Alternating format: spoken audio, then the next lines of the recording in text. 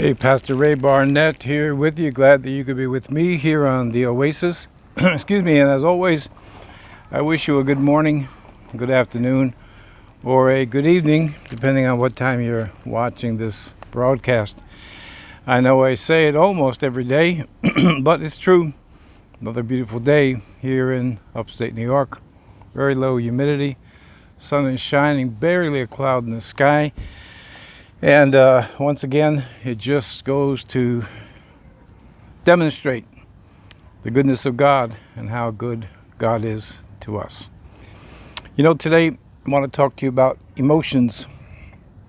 Emotions obviously are given to us as part of our nature, part of God's creation and in our lives. But emotions can be your enemy. It's best to remain calm, that's the task, right? Here on this channel, I'm always talking to you about not just giving advice or not just giving you lessons and exhortations, but the training is the main thing. But it's always best to remain as calm as possible when dealing with life in general, and especially with your symptoms. So, the first thing that we have to do is to recognize the type of psychological and to some degree physiological damage that emotions can do to both the brain and to the body, or to the mind, to your thinking, and to the body, which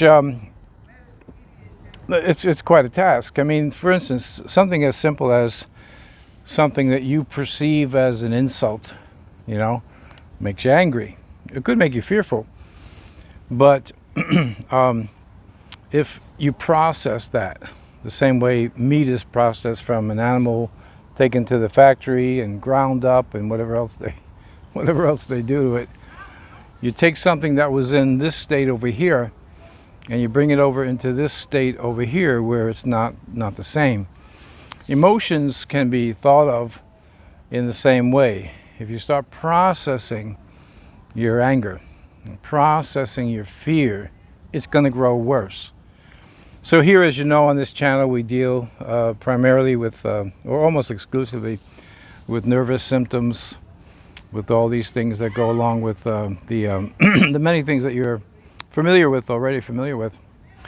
Emotions can be very damaging, and they can be just another way of making your situation even worse. Now, let me go on to say this.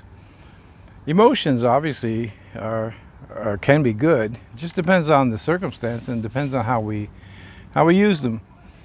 Something joyful happens and you want to be happy. That's an emotion. That's good. You receive good news and again, you're excited, and that's an emotion, and that's good.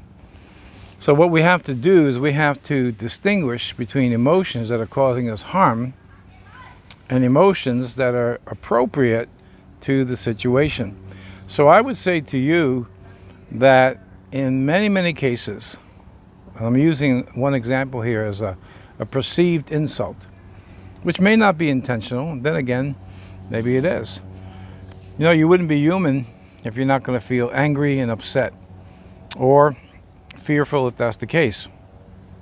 But as you process those emotions, it causes more damage to your situation. So we have to be able to distinguish, and I don't think it takes a whole lot of intelligence or thinking to understand that something good happens and you're joyful. I would even say grief. When something sorrowful happens, you're going to experience grief, and there's nothing abnormal about that. There's nothing wrong about that. But even with grief, if you process it too long, if it's not resolved, if you don't come to grips with life as it is, rather than life as we wish it would be, then it's going to cause more damage to the body, the brain, the mind, the thinking, and then into your life in general.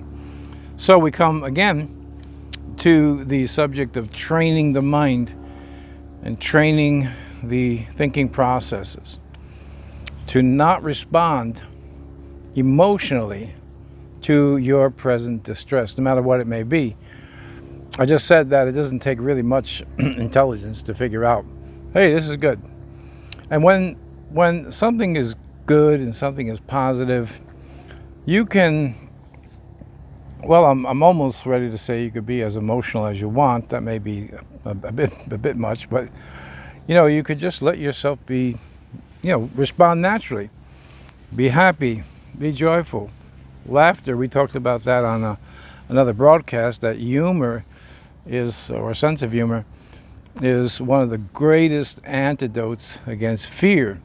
Because if you could laugh at something, that means you don't take the threat too seriously. This is a big, how should I say, this is a tall order for many of you. I use palpitations quite frequently because they're one of the most prominent signs of nervous symptoms. But if you could take your palpitations after you've been thoroughly checked out by cardiologists and your doctors, and it turns out to be a nervous symptom, and you don't process it, then the body will eventually just calm down. But if you get yourself very emotional about it, as you process these emotions into something that was beyond the original response, you get a palpitation, you get a scare. All right, there could be 1,000 symptoms to name, but I'll stick with palpitations. You get a palpitation, you get a scare. Oh my goodness, a heart attack. Something wrong with my heart. You've been checked out, you've been assured that your heart is healthy. But you begin to process that thought, and the fear just grows.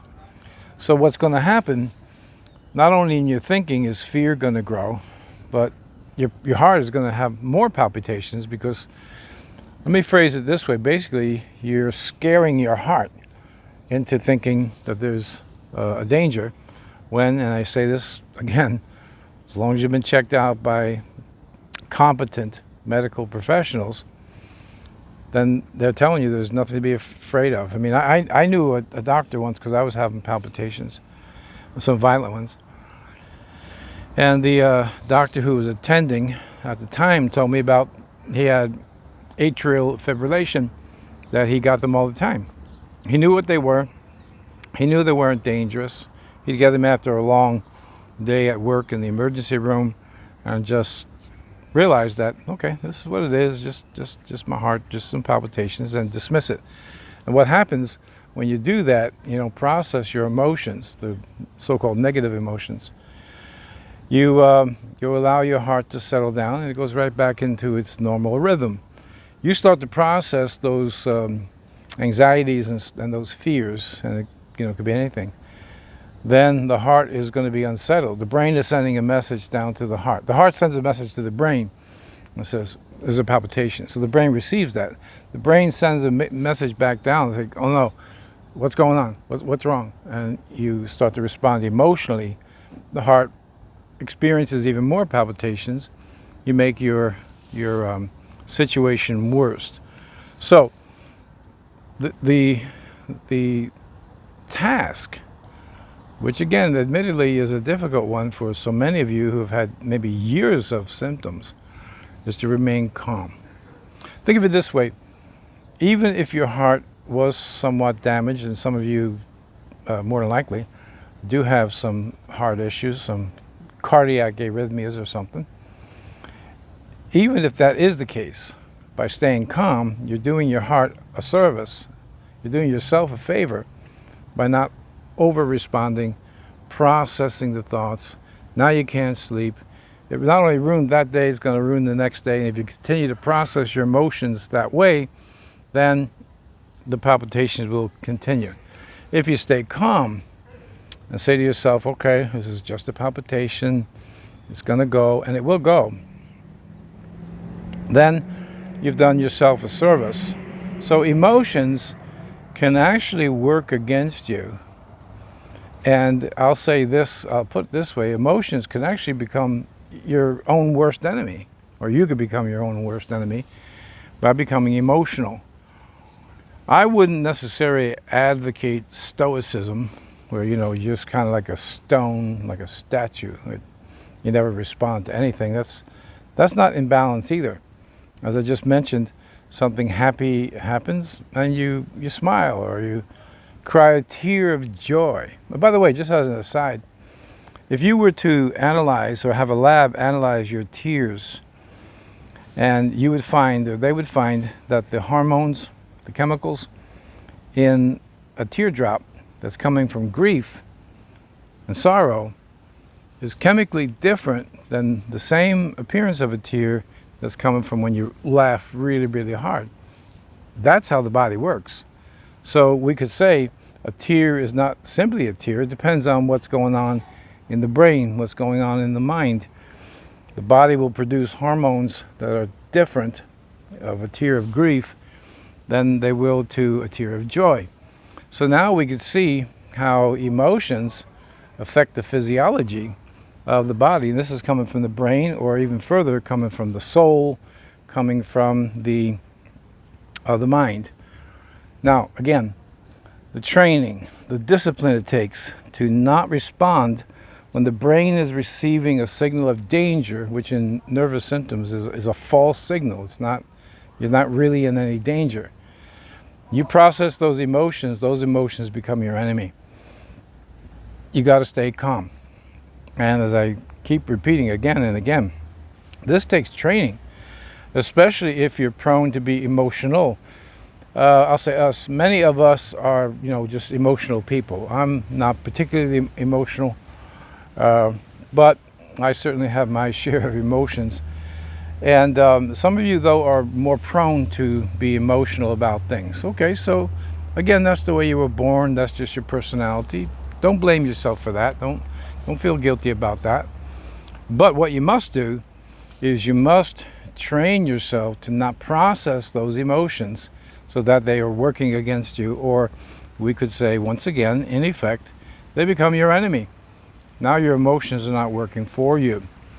So, I really can't emphasize enough that training is the greatest part of this broadcast. It's doing the hard work. It's going against habits that you built up for months or years of overreacting to an original response, a palpitation, in this case a palpitation, and then processing that and then keeping yourself up at night worrying about it. Now your emotions are your enemy. So it's really not a hard lesson to understand. The difficulty comes in controlling it. And that is an act of the will. The will has a very simple function. It says yes or it says no. And you must, in your case, you must exert your will against these emotions that are being processed. Let me say it again. Get a palpitation. The original response is fear or danger. If you process that, everything gets worse. Now emotions are your enemy. If you say, all right, it's a palpitation, I'm not going to permit myself, that's an act of the will, I'm not going to permit myself to get all worked up about this. Now that symptom may last for, if you're really good at the practice, it only lasts a few minutes. But if you're not good at the practice of it, the training, it can last for hours. But you still must exert your will against becoming emotional, overly emotional, over these events going on inside your body as well as inside your brain. The will has a very simple function. It says yes or it says no. And when it comes to emotions that are working against you, negative emotions, you must constantly say, I will not process this emotion into something more than what it is. And once again, when it comes to the pleasant emotions, something good is happening in your life or whatever it may be, then you can be as emotional as you want within certain boundaries. But yeah, you let yourself be emotional. Let yourself laugh. Let yourself even cry. Something's funny. Grief. Crying is not wrong. It's when you take it to extra lengths, when you take it to more than it should be, that's when it works against you. So, let me repeat this, and I'll be saying this again and again and again. It's not the knowledge that's going to help you, like, oh yeah, well that makes sense. That's not going to help you. What's going to help you is that you exert your will and train your will to go against those emotions and not allow you to dominate, not allow them to dominate you, which takes time. And there's where patience comes in. You've got to say to yourself, all right, this is going to take time, but I'm going to beat this thing. I am not going to let these nervous symptoms dominate my life. I'm not going to let them overcome me, overwhelm me, and live in this cage. Just be like an inmate to your own symptoms. So, here's the question. Are you going to do the hard work, or are you going to let yourself be victimized by your own body, right? Which is, again, it's not your fault. It's just something you were born with. I hope that you decide to do the hard work, do the training, overcome these nervous symptoms, overcome your worries, overcome your anxieties and your depressions, and gain the victory and become free. Jesus said, whom the Son sets free is free indeed. That's His will for your life. And I know that that's what you want. Just that the hard work has got to be done. I want to pray for you today that you will be able to have the courage to continue to go against the processing of your emotions on the negative side so that you can be free. So, Father, I pray for my friends. I ask you today, God, to give them the strength and the fortitude to use their will to go against what you have said, that you set people free. And when they're free, they're really, truly free. Set my friends free for life, I pray, in Jesus' name. Amen. Okay, today is Saturday. What is it? August the 13th. Beautiful day. The weather should be holding up for some time, I think.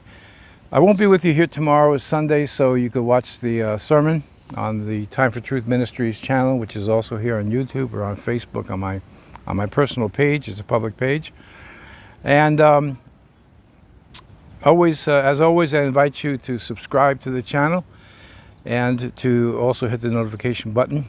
Give me a like, thumbs up if you don't mind. And that's really it. You got to do the hard work. And it's not easy. Life is not easy. Life has never been easy.